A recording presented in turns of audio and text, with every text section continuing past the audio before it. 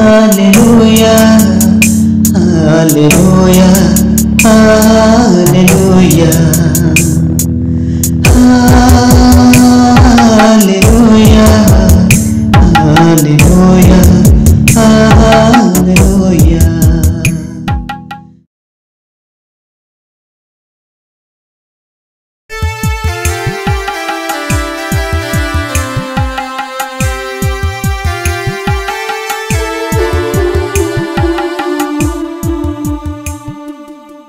Praise the Lord. Hallelujah. आओ जो प्रेम आनंद शांति एटा आम जीवन रे निहाती आवश्यक। दुख बेले मध्य आमे शांति को आमने बजाई रखिबा आओ परस्पर सहित शांति रे रहिबा मिलीमिशि रहिबा अन्य को प्रेम करिबा समस्त उपरे प्रेम को परिधान करिबा आओ आमने शांति रे बसवास करिबा जेहेतु बाइबल लेखा होछि शांति कारक लोके धन्य कारण से माने ईश्वरंकर संतान बोली माथियो 9 रो 5 रो 9 प्रेज द लॉर्ड।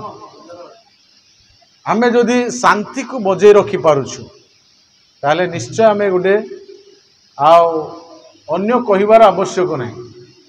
प्रभु को वाक्य कहउचंदी अर्थात स्वयं प्रभु कहउचंदी जे आमे तांकर संतान संतति। आजिर आउ एक विषय को आगु को आमे बढ़िबा मो सहित आपण माने निहाती ध्यान पूर्वक ताहा सुनिबे। दीर्घ सहिष्णुता लॉन्ग सफरिंग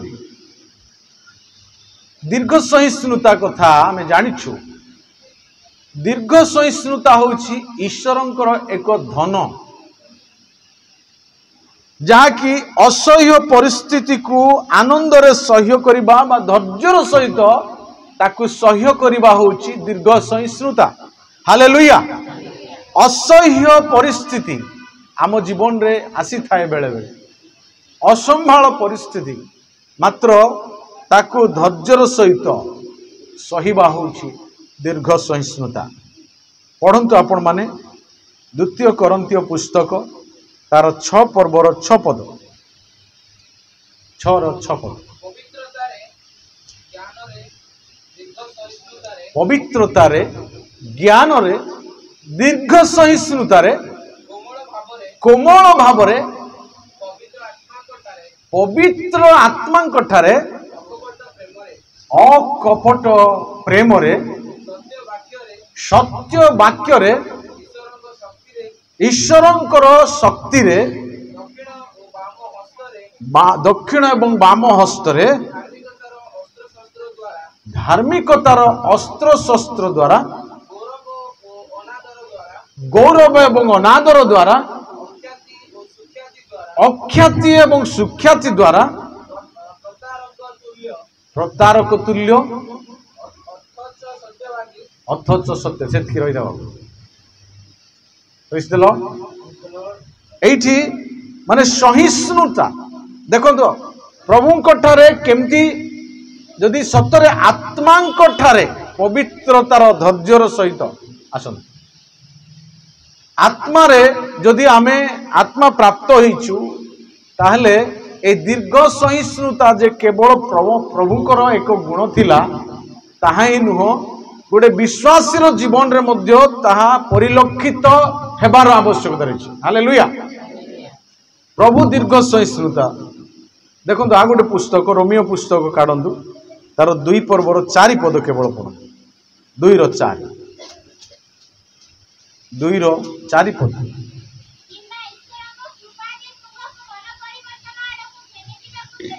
ईश्वरंकर कृपा आमानकर मन परिवर्तन आड़ को घेनी जीवाकू चेष्टा करे। हाँ ताहांकर कृपा यह न जानी ताहांकर कृपा कृपा धैर्य एवं चिर सहिष्णुता रूप धन कौन करिछ तुच्छ करियछ। हालेलुया। ईश्वरंकर कृपा आमनकर जीवनर परिवर्तन आड़क जे घेनी जीव एहा को आमे तुच्छ मने करिछु कि वाक्य रे आमन को प्रश्न करा जाउछि। देखो ईश्वरंकर जो चिरसहिष्णुता प्रभु आमन को दीर्घ दिन धरी अपेक्षा करिसंती। आज हेले फेरिबे बोधे, काली हेले फेरिबे बोधे। जने गोटे शॉर्ट्स रे मु देखुतिली, देखिछन जानिछंती आपण माने मोबाइल रे शॉर्ट्स।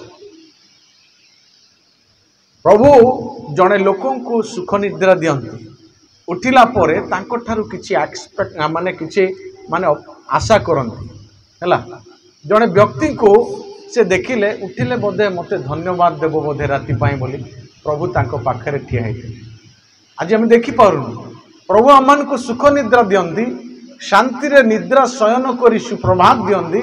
हेले अमन को कर्तव्य कोन उठु उठु तांको धन्यवाद देबा।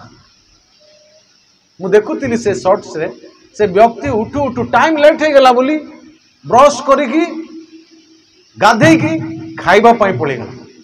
आउ खाइला बेले भी एते तरतर है जे मोर टाइम हे गला मु जल्दी जीवी। खाइला बेले भी धन्यवाद देला, उठिला बेले धन्यवाद नहीं, खाइला बेले धन्यवाद नहीं, जीवा बेले भी धन्यवाद नहीं। जीवार अच्छी सेति बेले भी धन्यवाद नहीं। तापरे कार्य सरिकी आसिले के जाने धन्यवाद देबो बोली प्रभु अपेक्षा करछ।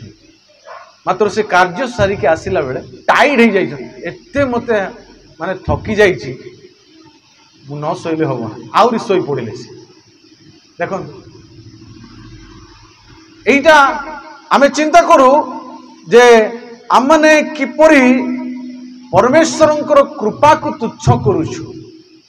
ताकर थारे धैर्य ताकर चिरसहिष्णुता जो अपेक्षा करिसंदे आमन आज हेले फेरिबे, एबे हेले मते धन्यवाद देबे, एबे हेले मोठारे निर्भर करिवे, एबे हेले मोर कथा सुनिबे, एबे हेले मोठारे प्रार्थना करिवे। आम जीवन रे एमती विषय केबे परिलक्षित होईछि कि प्रभु आमठारे केबे एमती दुख पाइछंती कि ए ओली हेले से ओली हेले एटा पाई हेले सेटा पाई हेले मते धन्यवाद देबे, मते मो निकट निर्भर करिवे। प्रभु एहा आमान कटार दीर्घ सहिष्णुतार सहित अपेक्षा करिछंती। हालेलुया। आज प्रभुंकर आगमन विलंब हेबार कारण कोन? जे आमे जेपरि मन परिवर्तन करिबा, आमे जेपरि फेरी आसीबा, आमे जेपरि प्रभुंकटारे शरणापन्न हेबा, एक पवित्र जीवन काटिबा। एथि पई प्रभु दीर्घ सहिष्णुता आमान को मध्य से दीर्घ सहिष्णु हेकि आमानकर जीवन को आउ तांकटारे एक उत्तम जीवन काटिबा पई से आमान को देइछन्ते। हालेलुया। प्रेरित 13 पर्वर तार 18 पद लिखा अछि, प्रभु इस्राएल लोक मान को मिस्रीय लोक मान को मिस्र रु उद्धार करी सेमानकर समस्त विषय सहिले, सेमानकु सबु सह्य कले, सेमानकर समस्त सह्य माने सेमानकर समस्त व्यवहार को सहिले बोली से लिखा अछि। Praise the Lord. आज प्रभु आमानकर समस्त व्यवहार को सहुचंदी से दीर्घ सहिष्णुतार परमेश्वर। मात्र आमानकु अंतत तांको निमंते सहिष्णुता हेबा तो निहाती आमानकर आवश्यकता रहिछि। हालेलुया। याकूब तार 5 रो जानिछु आमे जे किपरि भाबरे से आयुबंक विषय सहिष्णुतार विषय लिखा होछि नै कि 11 पदरे ना केते पदरे जे से किपरि सहिष्णुता हेले, से सहिले एते सब क्षति, एते समस्त समस्या, एते समस्त विपद आपद तांको जीवन रे आसिला, तथापि भी से सब को सहिले। हालेलुया।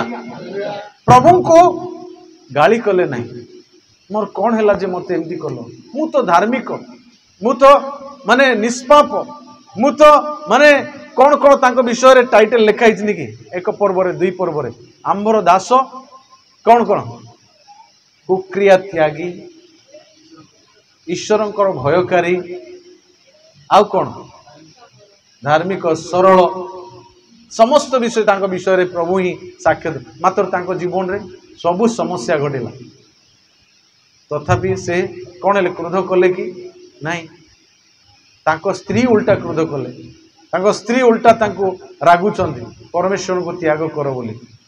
हालेलुया। मात्र से सहिले। आज दीर्घ सहिष्णु हे न पारु आमान को जीवन, मात्र सहिष्णुता तो निहाती आम जीवन रे आवश्यक। हालेलुया।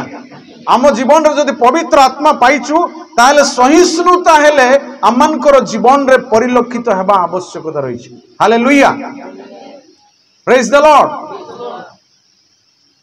आयुबंकर जीवन रे से सहिले प्रभु आम ठारू आशा करती आम जीवन रे परिलक्षित हो बोली से चाहूचंती।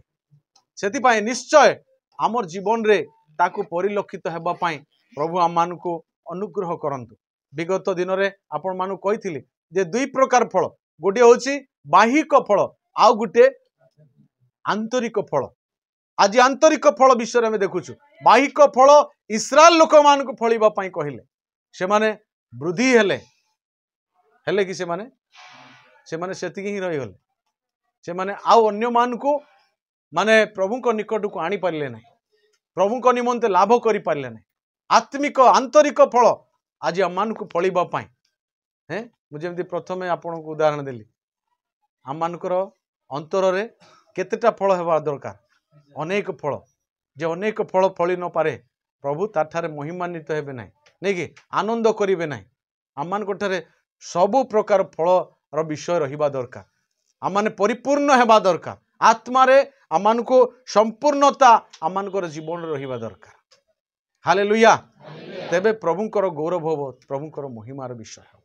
आगो को आमे आउरी देखिबा जे किपरि माने आत्मिक जीवन रो फल को आउरी जहा रहिछि ताहा आसंता दिन मान करे आमाने ताको आमाने प्रांजल भाव रे सेथिरु शिक्षा लाभ करिबा। प्रभु आमान को आशीर्वाद करंतु। प्रभु आम जीवन रे आजि ठारू प्रकाशित हेबारे आमान को तांको पवित्र आत्मा को सहायता रे साहाय्य करंतु। अल्प वाक्य रे प्रभु आशीर्वाद करंतु। आमेन।